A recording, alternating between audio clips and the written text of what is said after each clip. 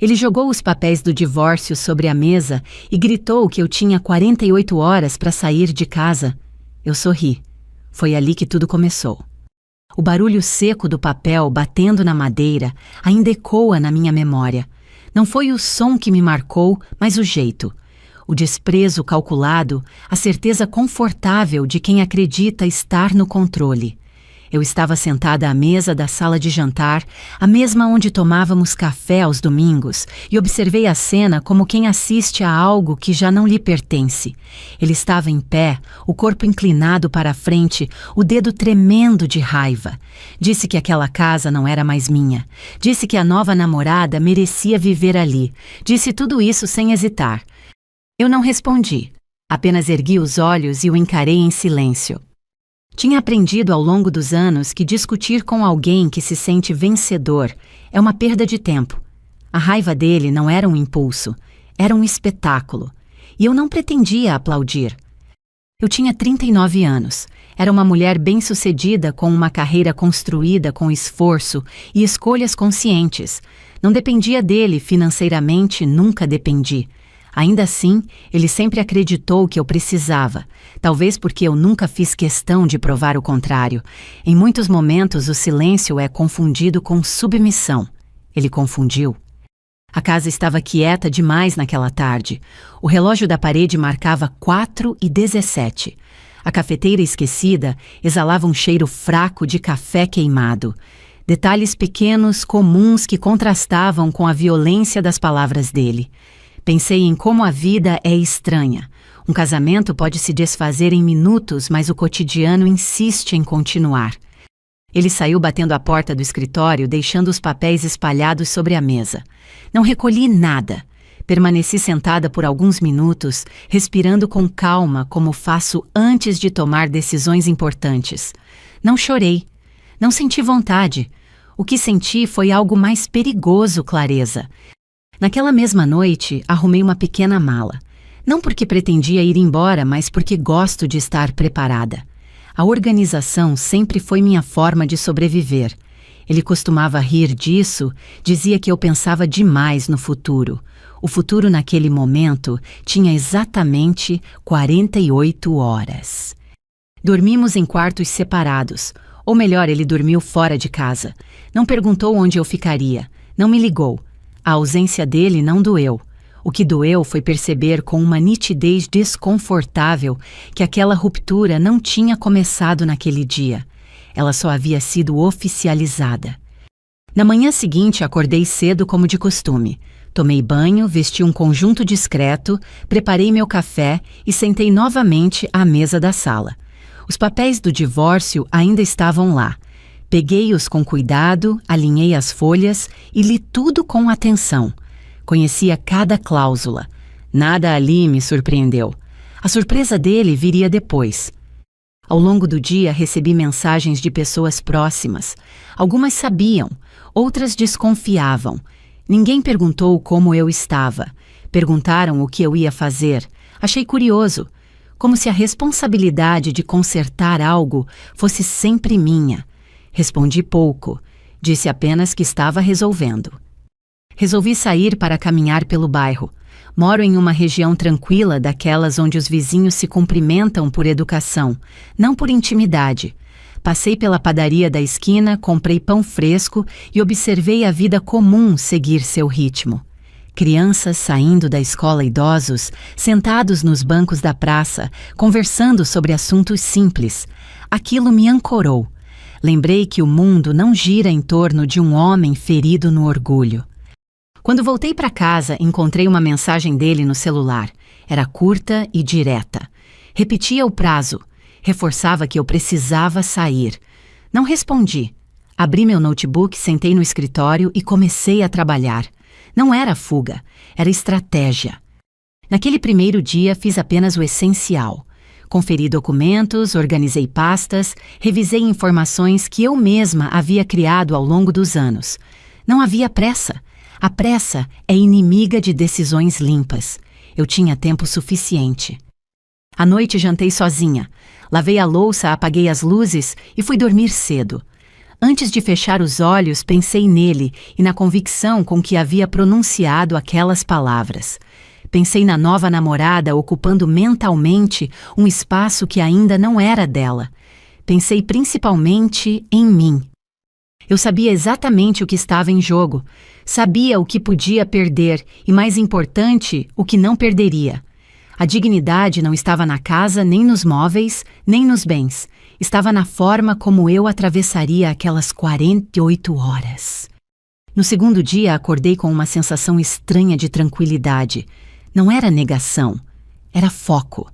Havia coisas que ele nunca viu, nunca perguntou, nunca considerou importantes. Sempre esteve ocupado demais, sendo o centro da própria história.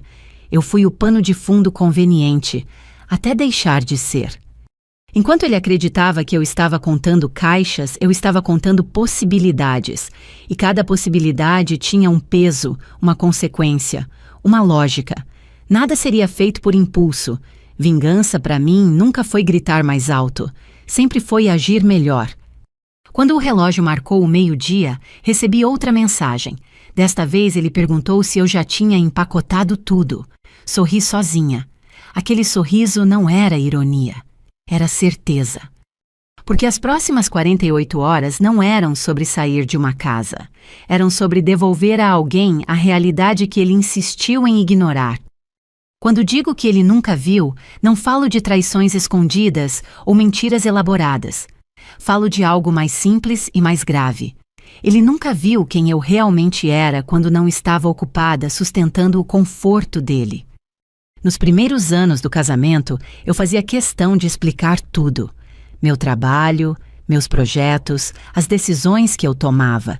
Ele ouvia com atenção apenas até o ponto em que aquilo não ameaçasse a imagem que tinha de si mesmo. Depois, mudava de assunto. Sempre foi assim. Com o tempo, eu parei de explicar. Não por ressentimento, mas por economia emocional. Eu construí minha carreira com método. Nada de saltos arriscados ou promessas vazias. Trabalhei em empresas sólidas, negociei contratos, aprendi a ler cláusulas com cuidado. Sempre acreditei que independência não é gritar autonomia, é praticá-la em silêncio. No nosso casamento, isso nunca foi motivo de conflito. Pelo contrário, ele se orgulhava de dizer aos outros que a esposa era organizada, confiável, boa, com números. Palavras que soavam como elogio, mas funcionavam como rótulos convenientes.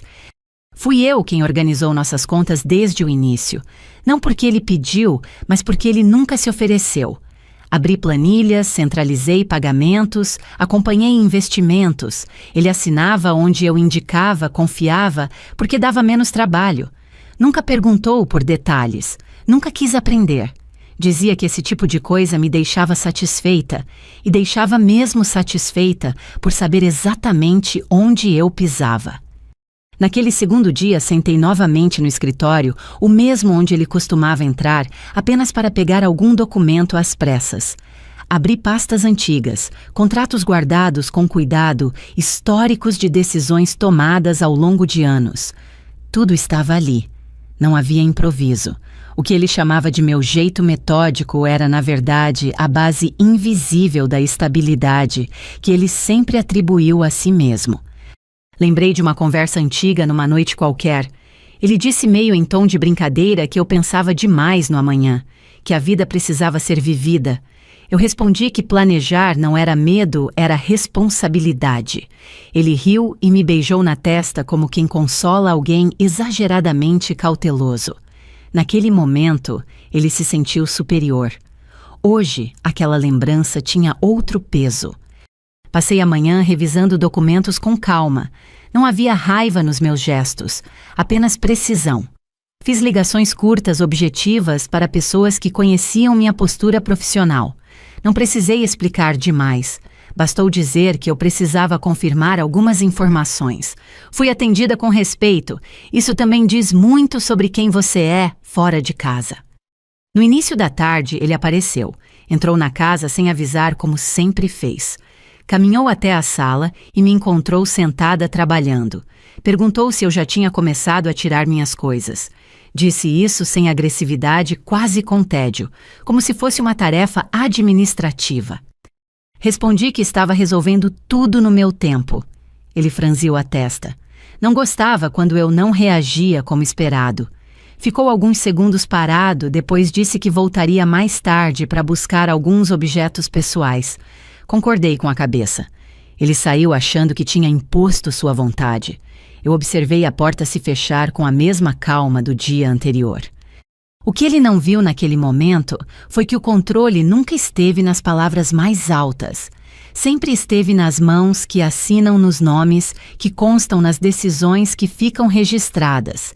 E essas mãos, esses nomes, essas decisões eram meus.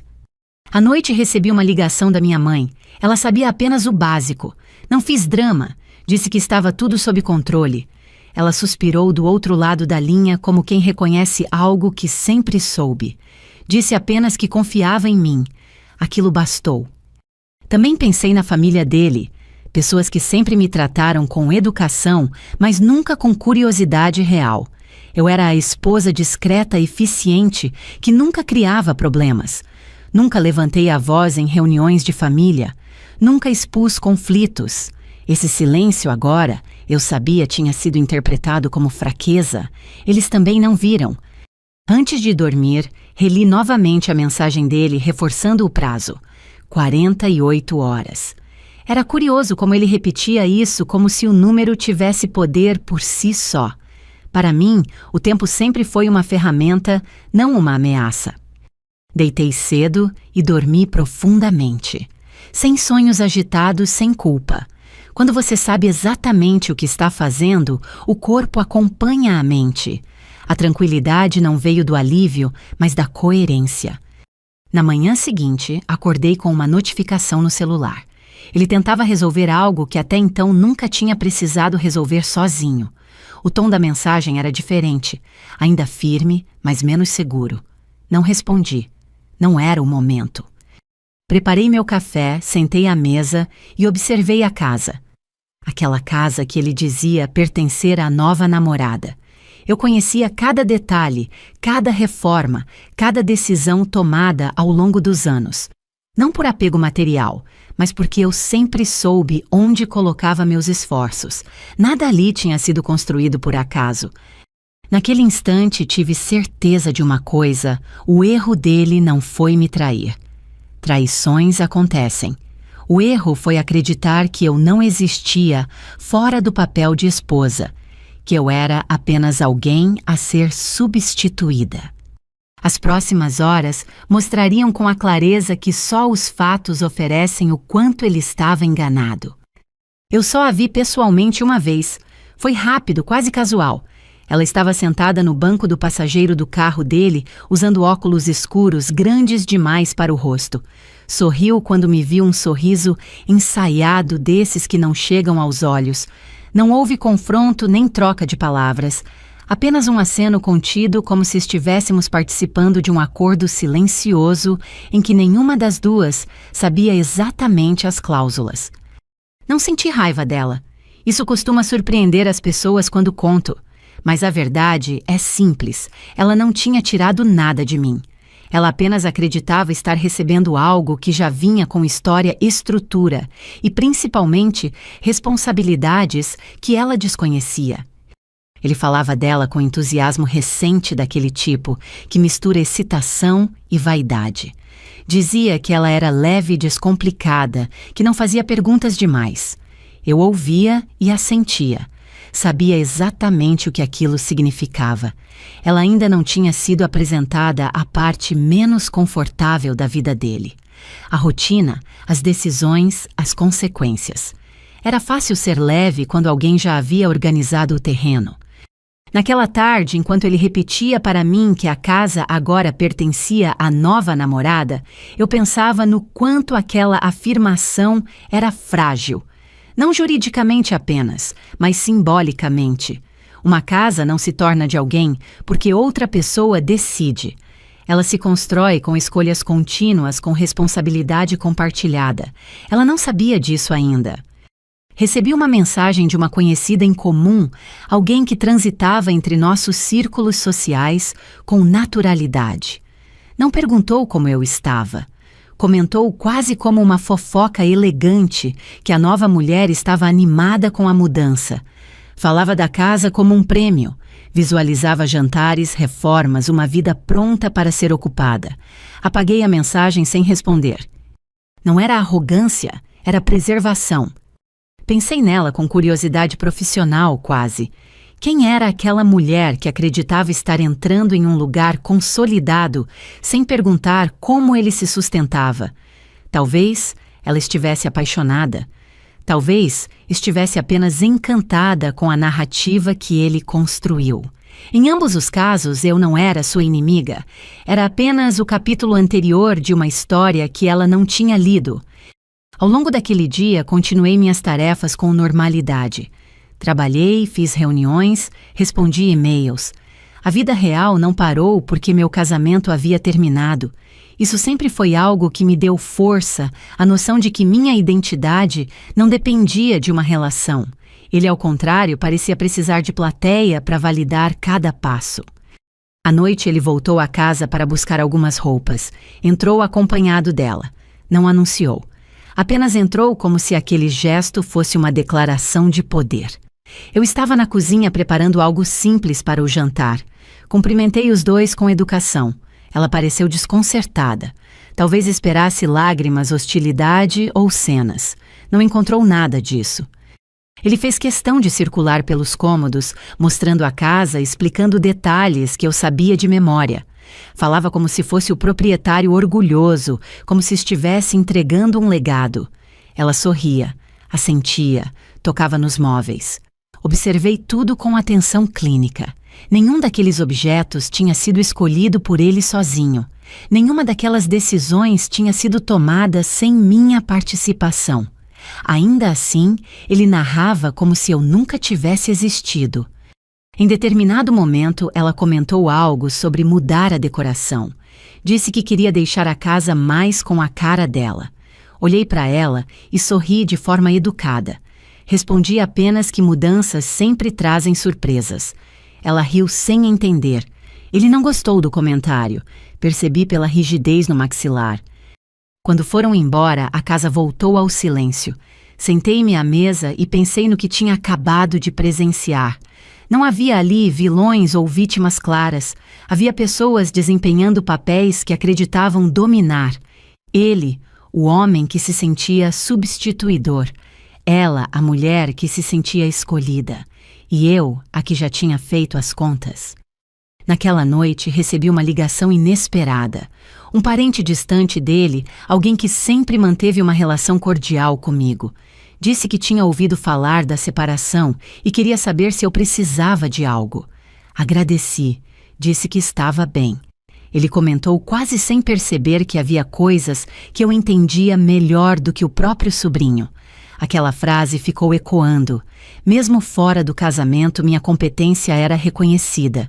Dentro dele, nunca foi valorizada. Antes de dormir, pensei novamente na nova mulher da casa. Não senti pena nem desprezo. Apenas a consciência tranquila de quem sabe que certas experiências não podem ser explicadas, apenas vividas. Ela ainda acreditava na versão dele. Em breve teria acesso aos bastidores. As próximas horas seriam reveladoras para todos nós. Não por escândalos ou confrontos, mas pela ausência repentina daquilo que sempre manteve tudo em pé. E quando a estrutura começa a falhar, não importa quem ocupa os cômodos, a casa deixa de parecer um prêmio e passa a parecer um problema. As primeiras 24 horas não foram marcadas por grandes acontecimentos. E isso foi o mais importante. Enquanto ele esperava uma reação visível, caixas, lágrimas, telefonemas, desesperados, eu mantive a rotina. A ausência de drama costuma confundir quem se alimenta dele. Acordei cedo como sempre, fiz café, revisei a agenda do dia e sentei no escritório. Não havia pressa. O tempo naquela fase era meu aliado. Cada decisão precisava ser limpa, coerente e sustentada por fatos. Eu não estava improvisando uma vingança, estava apenas permitindo que a realidade se reorganizasse sem a minha sustentação silenciosa. Comecei pelo básico. Conferi acessos, autorizações, responsabilidades, que por hábito eu havia assumido ao longo dos anos. Pequenos ajustes feitos com calma, como quem fecha portas, que ficaram abertas tempo demais. Nada abrupto, nada que chamasse atenção de imediato. A eficiência, quando bem executada, costuma ser invisível no início. Ele me mandou outra mensagem por volta das 10 da manhã. Perguntou se eu precisava de ajuda para retirar minhas coisas. Li e deixei o celular de lado. Não responder também é uma resposta. Ele precisava sentir a ausência de controle, ainda que não soubesse nomeá-la. Saí para resolver questões práticas. Passei no banco, conversei com pessoas que já conheciam minha postura objetiva. Não expliquei minha vida pessoal. Não precisei. A maturidade também está em saber separar o que é íntimo do que é necessário. Saí de lá com a sensação de dever cumprido sem alarde. No caminho de volta, parei em um supermercado comum, desses de bairro, onde os funcionários te reconhecem pelo rosto, não pelo sobrenome. Comprei o essencial. Coisa simples. Aquilo me ajudou a manter os pés no chão. A vingança que eu acreditava não tinha nada de teatral. Era quase silenciosa como um ajuste fino. Quando cheguei em casa, encontrei a porta do quarto dele entreaberta. Algumas roupas tinham sido retiradas às pressas, gavetas fora do lugar. Era curioso observar como ele se movia naquele espaço como alguém que já se sentia dono absoluto. Não se preocupou em manter a ordem. Nunca se preocupou. Esse sempre foi meu papel. Organizei o que estava fora do lugar não por ele, mas por mim. Gosto das coisas claras, alinhadas. A organização me traz foco, e foco era tudo o que eu precisava naquele momento. À tarde, recebi uma ligação do advogado que nos acompanhava há algum tempo. Falei pouco, confirmei informações, fiz perguntas diretas. Ele respondeu com profissionalismo. Nada do que foi dito ali parecia uma ruptura emocional. Soava como o que realmente era um encerramento técnico de uma sociedade que havia perdido o sentido. Ele apareceu no fim da tarde sozinho dessa vez. Entrou com menos firmeza do que na primeira vez. Olhou ao redor como se procurasse algo fora do lugar. Não encontrou. Perguntou se eu já tinha falado com alguém. Respondi que estava cuidando do que precisava. Ele assentiu desconfiado. Não insistiu. Havia algo diferente na postura dele. Um incômodo que ainda não tinha forma, mas já estava presente. O tipo de desconforto que surge quando o cenário não responde mais aos comandos esperados. Eu observei sem comentar. Ele saiu novamente dizendo que voltaria no dia seguinte para pegar o restante das coisas. Concordei. Fechei a porta com cuidado. Respirei fundo. Não senti vitória, nem medo. Senti consistência. Cada passo fazia sentido dentro de um plano que não precisava ser anunciado. À noite preparei uma refeição simples. Sentei à mesa sozinha e comi em silêncio. Pensei nos anos de casamento, nas decisões compartilhadas apenas na aparência. Pensei em quantas vezes eu havia cedido espaço para manter a harmonia. Não me arrependi.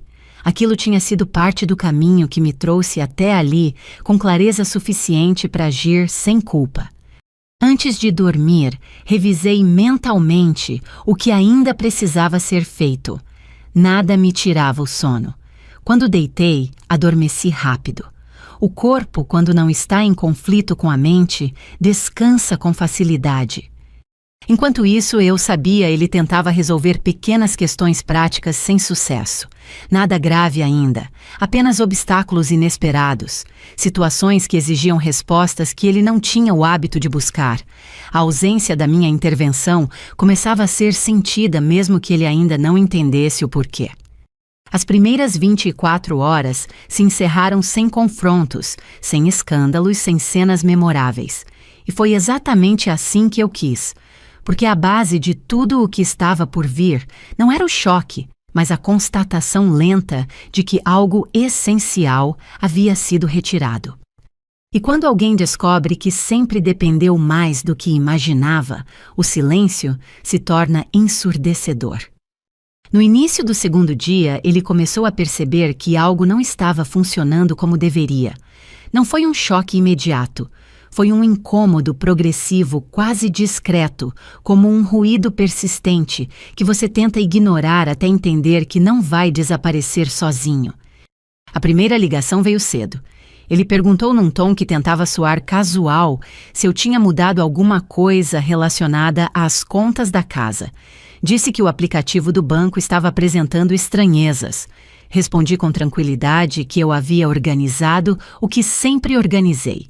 Nada além disso. Ele ficou em silêncio por alguns segundos, depois encerrou a chamada sem se despedir. Continuei minha manhã normalmente. Trabalhei, participei de uma reunião online, respondi mensagens profissionais.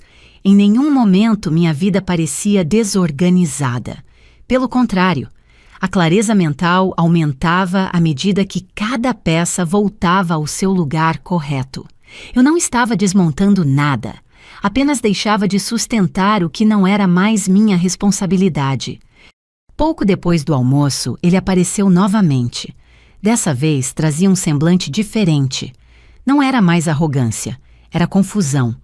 Entrou sem dizer palavra, sentou-se no sofá e passou a mão pelo rosto. Perguntou se eu tinha falado com o gerente do banco. Respondi que falava com quem precisava falar quando necessário. Ele me olhou como se estivesse tentando reconhecer alguém que sempre esteve ali, mas nunca enxergou.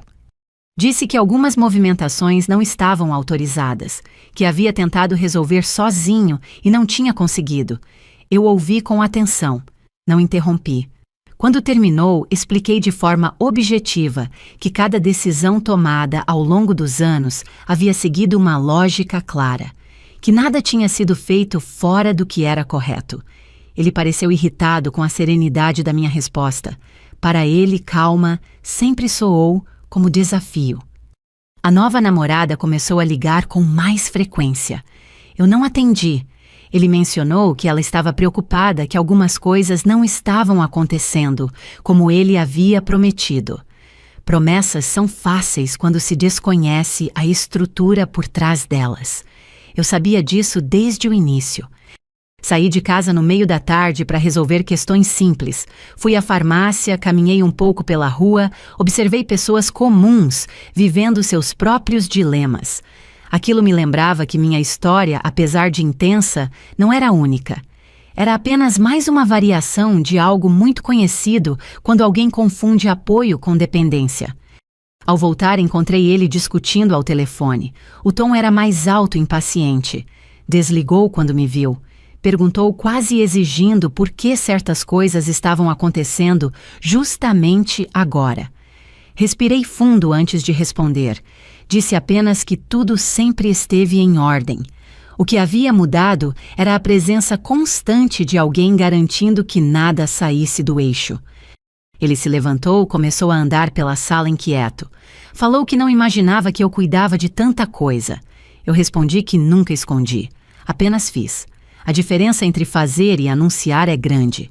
Ele nunca se interessou por detalhes. Agora os detalhes cobravam atenção.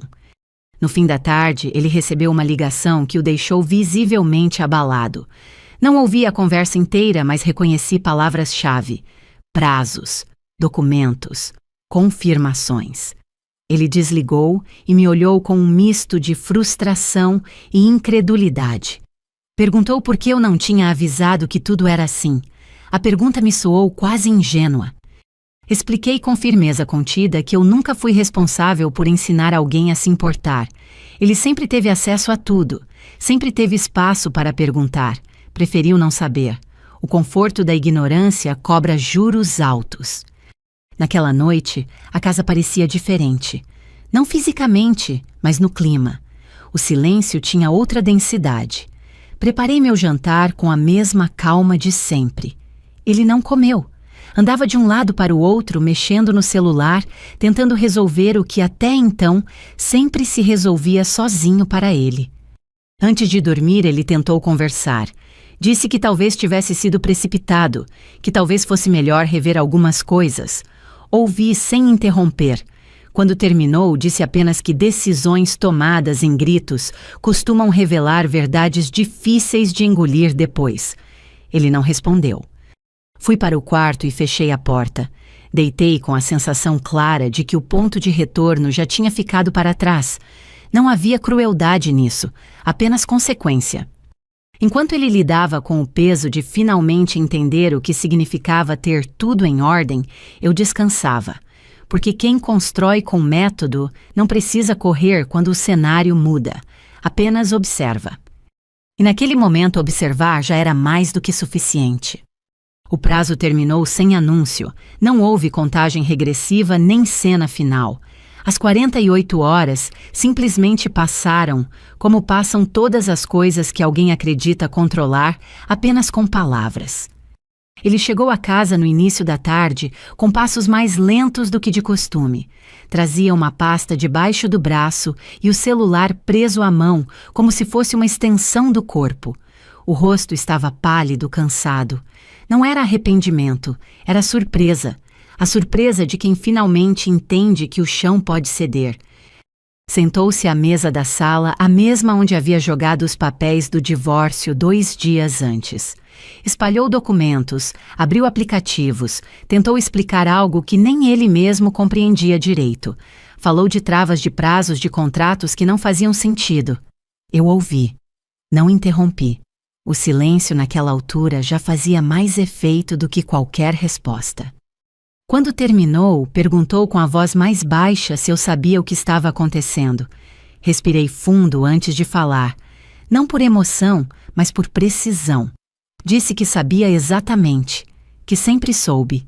Expliquei de forma clara que a casa nunca foi apenas um endereço, que ela estava ligada a decisões tomadas com cuidado ao longo de anos e que essas decisões tinham responsáveis. Ele arregalou os olhos quando percebeu o óbvio que sempre ignorou. O nome dele constava onde era conveniente. O meu constava onde era essencial. Não por manipulação, mas por coerência. Quem cuida, responde. Quem responde, decide. A nova namorada ligou enquanto conversávamos. Ele atendeu na minha frente. O tom dela era ansioso, quase acusatório. Falava de promessas de mudanças que não estavam acontecendo, de expectativas frustradas. Ele tentou acalmá-la, mas a voz falhou. Não havia mais segurança para oferecer, apenas improviso. Quando desligou, ficou em silêncio por alguns segundos. Depois disse que ela estava confusa, que não entendia por que as coisas não estavam andando. Olhei para ele com tranquilidade e respondi que confusão é comum quando se entra em um lugar sem conhecer a estrutura. Não houve ironia, apenas constatação. Ele perguntou então se a casa realmente não era dele. A pergunta saiu quase como um sussurro. Respondi que nunca foi apenas de um, que sempre foi sustentada por escolhas compartilhadas, mas geridas por mim, que sem essa gestão, a narrativa de posse se desfazia rapidamente. Nesse momento, ele se levantou abruptamente e começou a andar pela sala. Passou a mão pelo cabelo, respirou fundo, tentou reorganizar o pensamento. Disse que precisava de tempo, que talvez fosse melhor conversar com calma. Eu concordei. Disse que calma sempre ajuda, mas não altera fatos. Ele parou e me encarou. Perguntou com uma mistura de raiva e incredulidade se tudo aquilo era vingança. Pensei por alguns segundos antes de responder. Disse que vingança para mim nunca foi ferir. Foi parar de sustentar o que não me respeita. Ele desviou o olhar.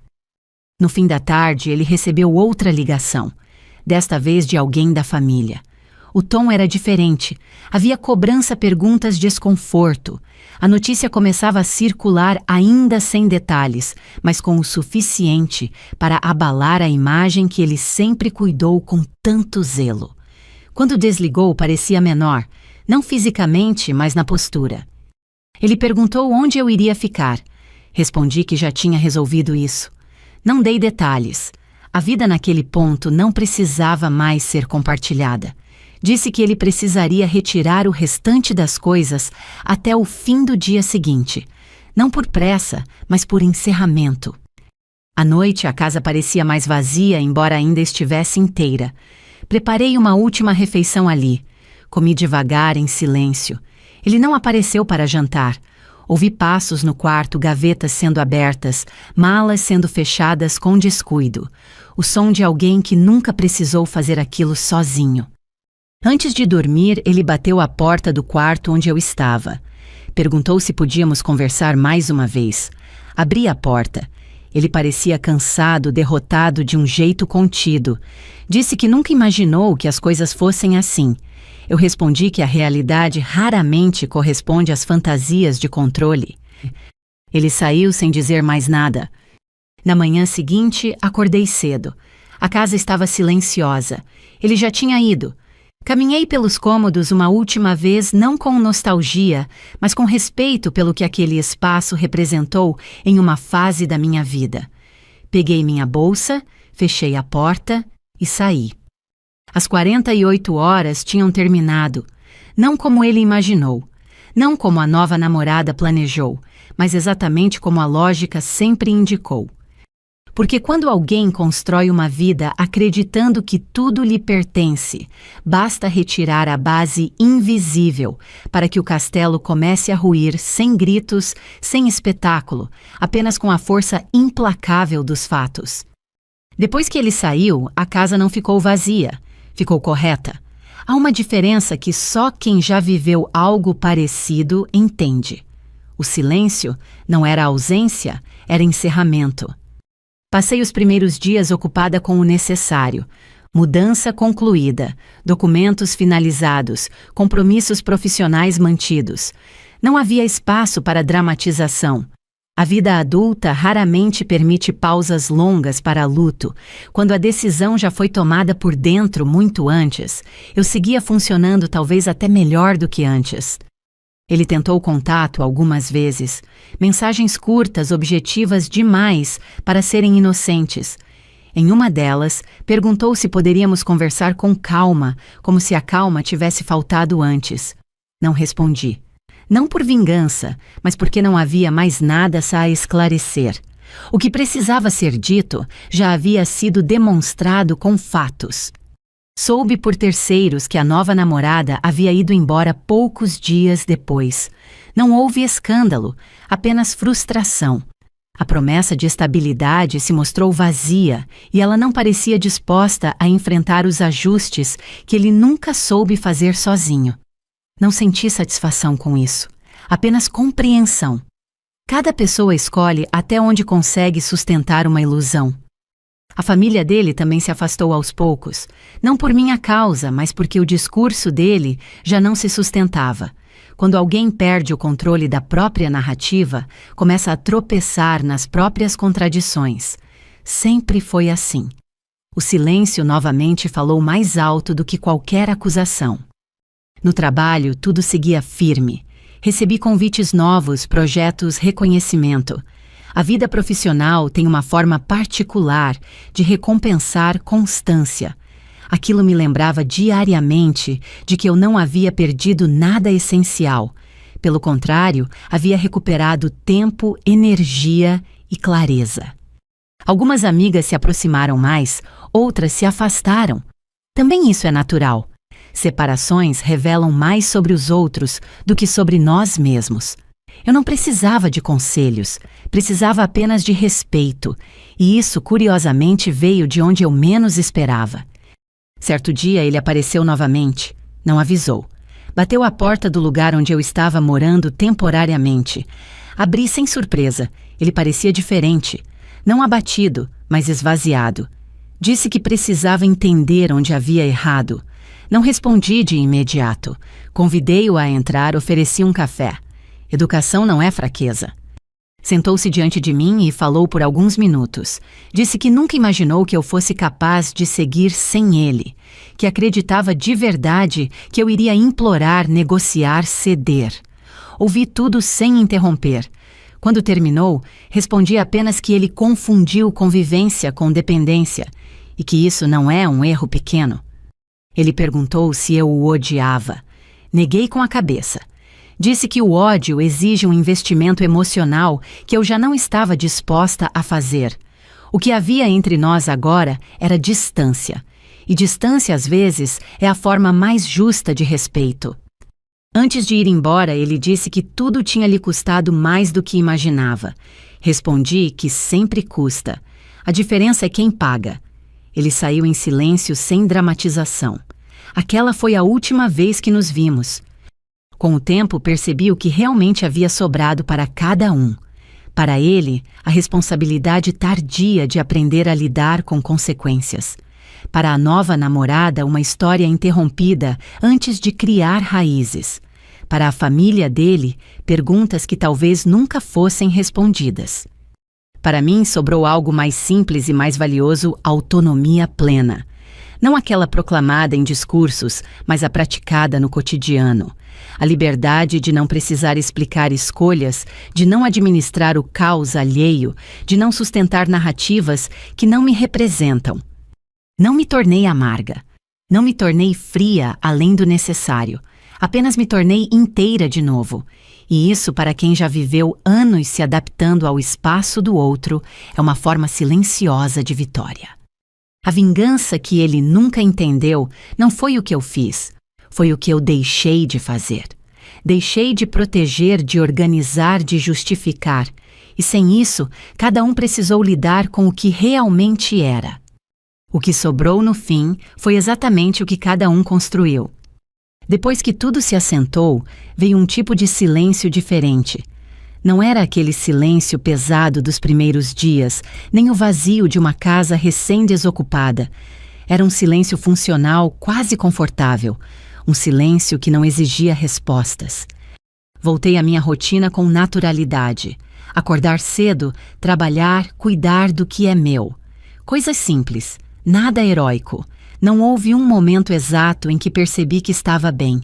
Foi gradual como a recuperação depois de uma febre longa. Um dia você apenas nota que o corpo não dói mais. Algumas pessoas ainda perguntavam como eu tinha conseguido dar a volta por cima. Sempre achei essa expressão curiosa. Eu não dei volta em nada, apenas continuei em linha reta. O que mudou foi quem deixou de caminhar ao meu lado. Nunca contei essa história para me colocar como exemplo de força extraordinária. Pelo contrário, o que vivi é mais comum do que se imagina, especialmente entre mulheres que passaram anos sendo o eixo invisível da vida familiar. Mulheres que organizam, sustentam, resolvem e por isso mesmo são subestimadas. Aprendi que maturidade não está em vencer alguém, mas em não se perder no processo. Em não precisar gritar para provar um ponto, em não destruir para se libertar. A justiça que veio até mim não foi teatral, foi proporcional, e talvez por isso tenha sido tão eficaz. Não desejo mal a ele, nunca desejei. Desejar mal é permanecer preso. O que aconteceu foi consequência direta de escolhas, e consequências não precisam de torcida, elas apenas acontecem. Hoje, quando penso naquela frase, você tem 48 horas para sair desta casa, ela já não carrega peso. Virou apenas um marco. O momento em que alguém acreditou que podia me expulsar de um lugar sem entender que eu nunca estive ali por dependência. Eu estava ali por escolha. E escolhas podem ser revistas. Segui minha vida com a serenidade de quem sabe exatamente o que carrega consigo.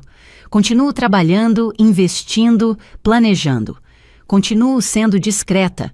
A diferença é que agora não há ninguém confundindo minha calma com fraqueza.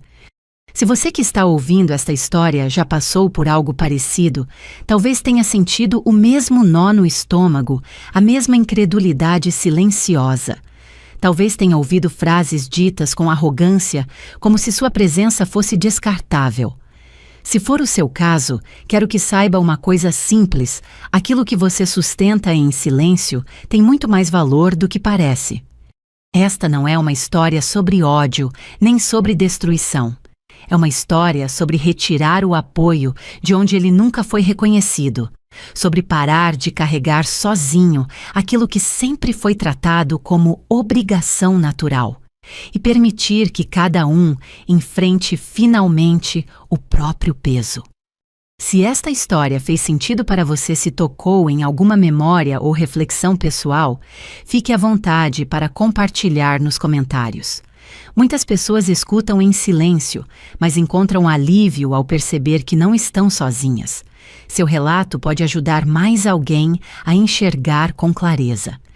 Se você acompanha estas histórias do Brasil, saiba que elas também ecoam em outros lugares.